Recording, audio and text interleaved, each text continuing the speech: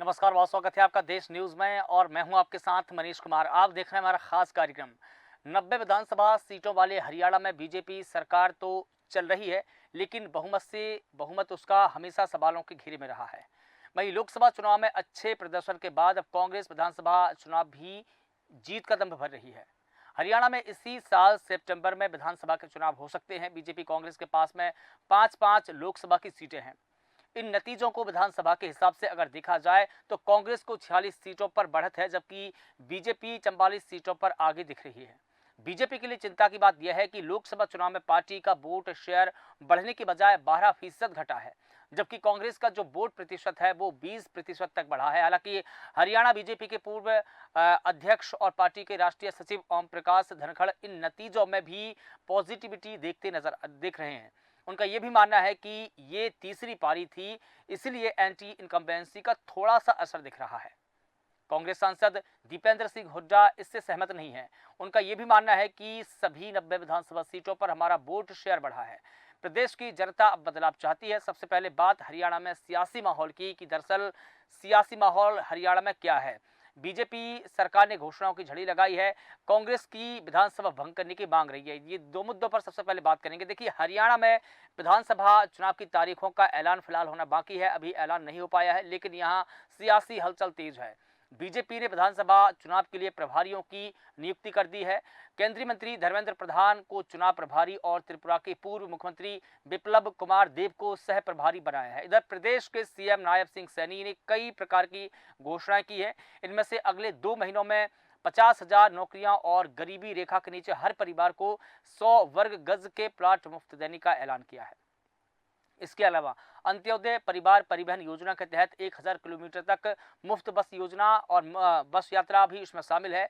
दल बदल की सियासत भी यहाँ पर तेज है। हरियाणा के पूर्व सीएम चौधरी बंसीलाल की बहू और विधायक किरण चौधरी ने कांग्रेस पार्टी से इस्तीफा देकर 19 जून को बीजेपी में शामिल हो गई है। बीजेपी का दामन थाम लिया है। उन्होंने अपनी बेटी और पूर्व सांसद श्रुति चौधरी के साथ बीजेपी की सदस्यता ग्रहण की है। कांग्रेस के पास चुनाव के बाद में शुरू हुई ये कलह 10 और साल तक सूखा खत्म करने की सबसे बड़ी चुनौती है। प्रदेश के पूर्व सीएम और कांग्रेस लीडर भूपेंद्र सिंह हुड्डा ने 20 जून को राज्यपाल से मुलाकात की थी। उन्होंने हरियाणा सरकार को बर्खास्त करने की मांग की थी। और देखिए, अब इस पूरे मसले को लेकर जानकार एक्सपर्ट क्या कहते हैं, राजनीतिक विश्लेषक क्या मानते हैं। देखिए, 10 साल की एंटी इनकम्बेंसी है, बीजेपी नैरेटिव भी यहाँ पर सेट नहीं कर पाई है, ये जानकारों का मानना है। देखिए, हरियाणा में लोकसभा के नतीजों और विधानसभा चुनाव को लेकर पॉलिटिकल एनालिस्ट कहते हैं कि हरियाणा में क्लोज फाइट है। अभी के आंकड़ों से ऐसा लगता है कि विधानसभा चुनाव में कोई भी पार्टी क्लीन स्वीप नहीं कर सकती है। दोनों चुनाव के पैटर्न अलग है और मुद्दे भी अलग अलग होते हैं। देखिए, लोकसभा के मुद्दे अलग होते हैं और विधानसभा के मुद्दे अलग होते हैं। राजनीतिक विश्लेषक ये भी कहते हैं कि 10 साल तक प्रधानमंत्री मोदी और मनोहर लाल खट्टर केंद्र और राज्य सरकार में एक साथ रहे हैं। 10 साल तक डॉक्टर मनमोहन सिंह और भूपेंद्र सिंह हुड्डा भी साथ रहे हैं। इस ट्रेंड को अगर देखा जाए तो हरियाणा हमेशा से ही सेंटर के साथ जाता रहा है, लेकिन इस बार कांग्रेस विधानसभा चुनाव जीती है तो ये पैटर्न दरअसल टूट जाएगा, बदल जाएगा। क्योंकि जिस प्रकार से देखिए, प्रधानमंत्री मोदी के साथ 10 साल मनोहर लाल खट्टर ने काम किया और मनमोहन सिंह के साथ में भूपेंद्र सिंह हुड्डा ने 10 साल काम किया, तो ये पैटर्न हमेशा से ही बना रहा है। देखिए, जिस प्रकार से यहाँ पर राज्य में बीजेपी की सरकार है तो केंद्र में भी बीजेपी की सरकार होती है, ये पैटर्न रहा। अगर राज्य में कांग्रेस की सरकार रहती है तो केंद्र में भी कांग्रेस की सरकार रही है और दोनों ही सेंटर और स्टेट मिलकर काम करते हैं। लेकिन अब अगर विधानसभा चुनाव के नतीजे बदलते हैं तो दरअसल ये पैटर्न टूट जाएगा, पैटर्न बिल्कुल पूरी तरीके से बदल जाएगा। और राजनीतिक विश्लेषक तो ये भी कहते हैं कि बीजेपी के खिलाफ में 10 साल की एंटी इनकम्बेंसी है। बीजेपी ने विधानसभा चुनाव से 6 महीने पहले अपना मुख्यमंत्री बदल दिया, लेकिन उसे लोकसभा चुनाव में इसका कोई भी फायदा नहीं मिला है। बीजेपी अंबाला लोकसभा सीट हार गई, जो मुख्यमंत्री नायब सिंह सैनी का गृह जिला माना है। ये बीजेपी के लिए एक सेटबैक है। कांग्रेस जिन 5 सीटों पर जीती है वहां उनके उम्मीदवार ज्यादा मार्जिन से जीते हैं। जैसे दीपेंद्र सिंह हुड्डा 3.5 लाख और कुमारी शैलजा करीब 2.5 लाख से भी अधिक वोटों से जीती हैं, जबकि बीजेपी उम्मीदवारों की जीत का मार्जिन बहुत कम है। राजनीतिक विश्लेषक बीजेपी के खराब प्रदर्शन को लेकर पार्टी के नैरेटिव पर भी सवाल उठा रहे हैं। राजनीतिक विश्लेषकों का मानना है कि बीजेपी लोकसभा चुनाव में कोई भी नेशनल नैरेटिव सेट नहीं कर पाई है।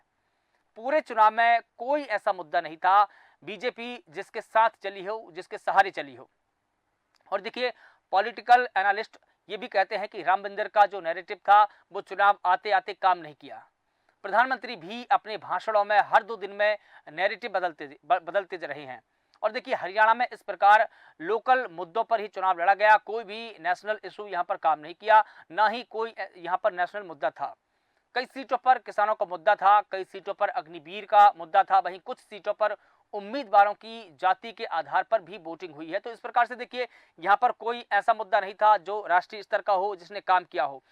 जिन भी मुद्दों पर यहाँ पर चुनाव लड़ा गया है वो दरअसल यहाँ के स्थानीय मुद्दे रहे हैं। और कहीं ना कहीं देखिए, बीजेपी में गुटबाजी और बाहरी कैंडिडेट्स ने भी यहाँ पर काम बिगाड़ा है।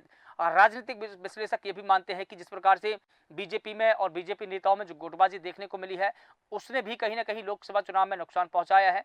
इसके अलावा जो बाहरी उम्मीदवार थे, कहीं ना कहीं उन्होंने भी बीजेपी का यहाँ पर गेम बिगाड़ा है। देखिए, राजनीतिक विश्लेषकों का मानना है कि पहले जो गुटबाजी की समस्या कांग्रेस के साथ में थी, आज वो बीजेपी में है। पार्टी ने अगर कहीं रैली की और उसका संयोजक किसी लोकल विधायक को बनाया तो रैली तो हुई, सफल भी हुई, लेकिन कोऑर्डिनेशन में बीजेपी फेल हो गई। कहीं ना कहीं नेता और जनता के बीच में, कार्यकर्ताओं के बीच में कोऑर्डिनेशन नहीं बन पाया है।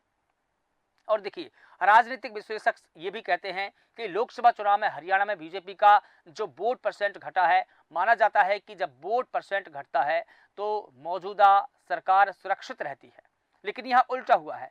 यहाँ वोट परसेंट घटा लेकिन फायदा विपक्षी यानी कांग्रेस को हुआ। कहीं ना कहीं सरकार पर यहाँ पर सवालिया निशान खड़े हुए और इसकी वजह से बीजेपी कार्यकर्ता घर बैठ गया। ये एक बड़ी वजह मानी जाती है।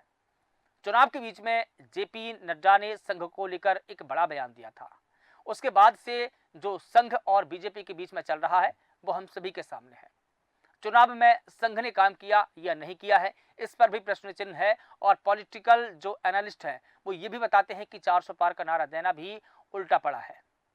चुनाव में एनडीए को तो पूर्ण बहुमत मिला, उसके बावजूद भी विपक्ष कह रहा है कि ये बीजेपी की नैतिक हार है, क्योंकि पार्टी ने एक्सपेक्टेशन बहुत हाई कर दी थी। 400 पार का जो नारा था, कहीं ना कहीं वो भी एक एक्सपेक्टेशन का हिस्सा रहा है। और देखिए, अब बात करते हैं पॉलिटिकल पार्टियों की। बीजेपी के सामने चैलेंज है, इसलिए मेहनत करनी पड़ेगी, और कांग्रेस में भगदड़ का माहौल है, उसको भी रोकना पड़ेगा। ये 2 मुद्दे हैं जिस पर बात करना आज बेहद जरूरी हो जाता है, क्योंकि जिस प्रकार से कांग्रेस पार्टी में आंतरिक भगदड़ मची हुई है, जिस प्रकार से मध्य प्रदेश में मची थी, उसी प्रकार से हरियाणा में भी यहाँ पर कांग्रेस पार्टी की स्थिति है।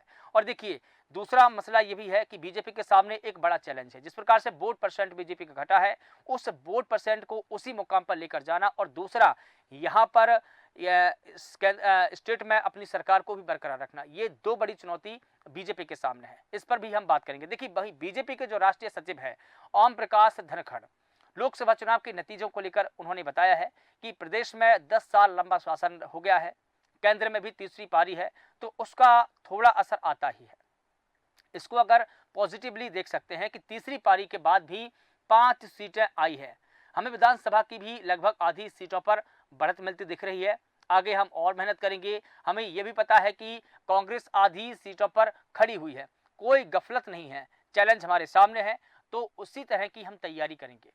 हरियाणा के वोटर की एक खास आदत है कि केंद्र में जिसकी सरकार होती है, हरियाणा में भी उसी की सरकार बनती है। उनका मतलब ये था कि अगर केंद्र में मोदी जी की सरकार बनी है, तीसरे टर्म में बीजेपी की सरकार बनी है, तो उनको ये भी लगता है कि तीसरे टर्म में यहाँ भी बीजेपी की सरकार बनेगी। और देखिए, उन्होंने ये भी कहा कि इसका हमें फायदा मिलेगा। धनखड़ आगे कहते हैं कि कांग्रेस खुद को जितने अच्छे मूड में मान रही है, वो मूड कहीं मूड ही न रह जाए।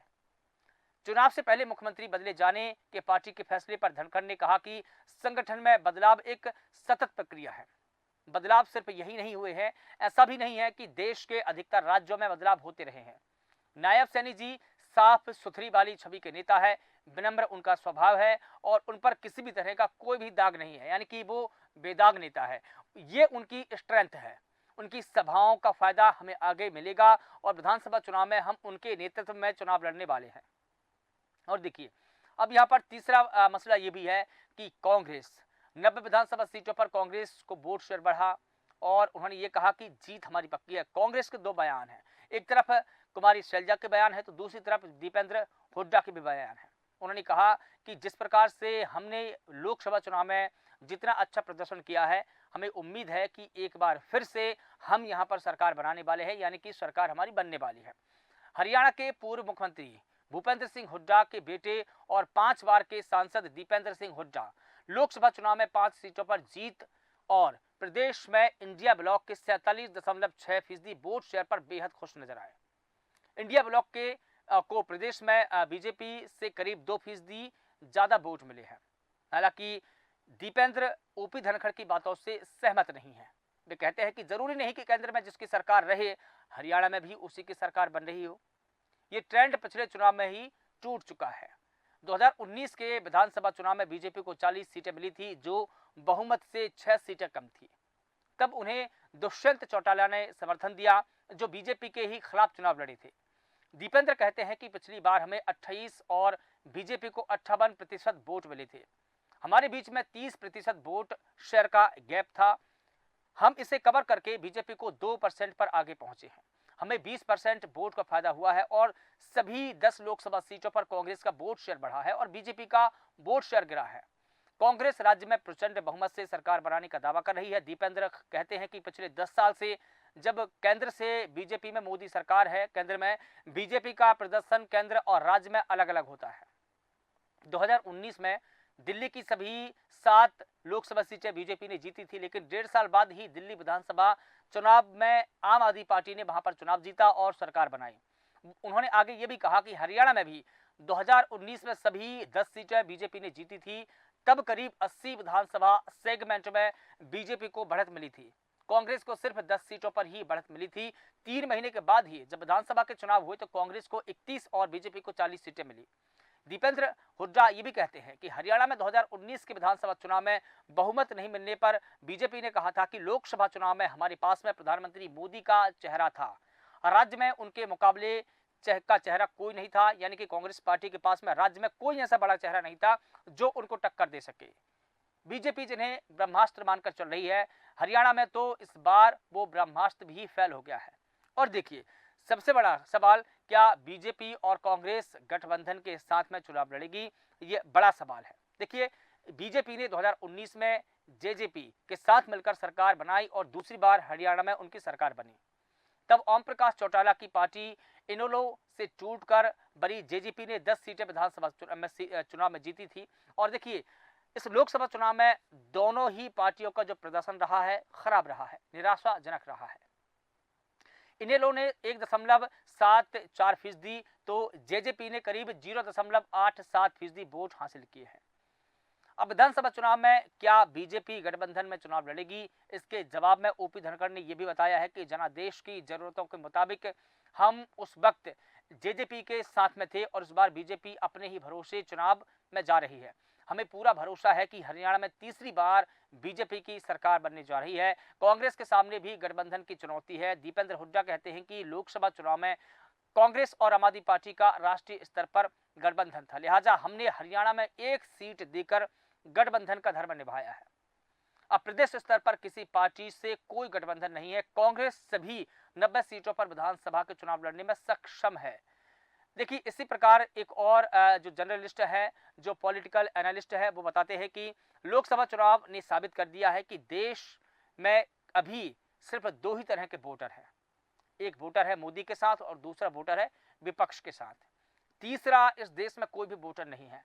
हरियाणा की अगर बात की जाए तो कांग्रेस के पास में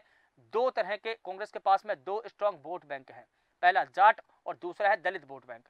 जाट वोट बैंक ने कांग्रेस का साथ दिया है। उम्मीद है कि दलित वोट बैंक भी कांग्रेस का साथ देगा। पिछले 17 साल से कांग्रेस का प्रदेश अध्यक्ष भी दलित व्यक्ति है। कांग्रेस 2004 में भूपेंद्र सिंह हुड्डा के सीएम बनने के बाद से ही जाट वोट बैंक भी कांग्रेस के खाते में आ गया। देखिए, जर्नलिस्ट और जो पॉलिटिकल एनालिस्ट है वो आगे बताते हैं कि इनेलो और जेजेपी का जनाधार हमेशा ही जाट वोट रहा है, लेकिन इस बार पूरा जाट वोट कांग्रेस को ट्रांसफर हो गया।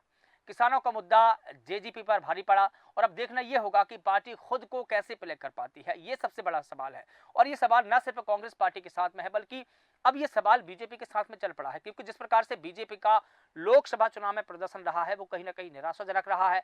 जेजेपी का जो प्रदर्शन रहा है वो भी खराब रहा है। इसीलिए विधानसभा चुनाव में अब सभी पार्टियां अकेले ही जा रही है। जैसा कि बीजेपी ने भी साफ कर दिया है कि पिछले 2019 के लोकसभा चुनाव में भले ही हमारे साथ में गठबंधन था, हमने जेजेपी के साथ में जरूरत के हिसाब से चुनाव लड़ा हो, लेकिन इस बार के हम चुनाव में अकेले जा रहे हैं। यानी कि सभी पार्टियों के सामने खुद को बेहतर करने की और खुद को बेहतर तरीके से प्ले करने की एक चुनौती है। बीजेपी के पास में ये चुनौती है कि वो एंटी इनकम्बेंसी को कम करे और अपने नेताओं पर विश्वास करे और कहीं ना कहीं जो वोट बैंक बीजेपी से खिसका है उसको दोबारा से हासिल करे। लेकिन कांग्रेस पार्टी के पास में ये बड़ी चुनौती है कि 10 साल के वनवास पर को कैसे यहाँ पर तोड़ा जाए, क्योंकि जिस प्रकार से हम देखें लंबे समय से हरियाणा में बीजेपी की सरकार है, बीजेपी का यहाँ पर मुख्यमंत्री रहा है, लेकिन कांग्रेस पार्टी का जिस प्रकार से वोट बैंक बढ़ा है लोकसभा चुनाव में, उससे ये उम्मीदें जताई जा रही है कि कहीं ना कहीं कांग्रेस पार्टी विधानसभा चुनावों में अच्छा प्रदर्शन करेगी। और यही वजह है कि कांग्रेस पार्टी ने आम आदमी पार्टी से यहां पर गठबंधन नहीं होने की बात को नकार दिया। उन्होंने कहा कि जो हमारा गठबंधन था वो राष्ट्रीय स्तर पर था, किसी भी तरह से हमारा राज्य स्तर पर कोई गठबंधन नहीं है, लेकिन हमने गठबंधन का धर्म निभाया और एक सीट दी। तो कहीं ना कहीं इन बयानों से, इन तस्वीरों से ये साफ हो चला है कि अब हरियाणा में जो चुनाव होने हैं वो पार्टियां अपने ही दम पर अकेला चुनाव लड़ेगी। इस प्रकार से देखिए अब फिर यही सवाल है कि बीजेपी को फिर से क्या हरियाणा चौंकाने वाला है, क्योंकि जिस प्रकार से वहां पर हम स्थिति देख पा रहे हैं वो दरअसल चिंताजनक है सभी पार्टियों के लिए। क्या बीजेपी के हाथ से हरियाणा निकल जाएगा? एंटी इनकम्बेंसी बीजेपी पर कितनी भारी पड़ने वाली है? कांग्रेस 46 सीटों पर मजबूत है तो बीजेपी भी कहीं ना कहीं अपनी मजबूती का दम भर रही है। फिलहाल देखना होगा कि इस बार 90 विधानसभा सीटों वाली हरियाणा में किसकी सरकार बनने वाली है और कौन किसका पल्ला वहां पर भारी है और कौन वहां पर सत्ता का सियासतदान बनेगा। फिलहाल देश न्यूज के खास कार्यक्रम में बस इतना ही। मुझे दीजिए इजाजत। नमस्कार।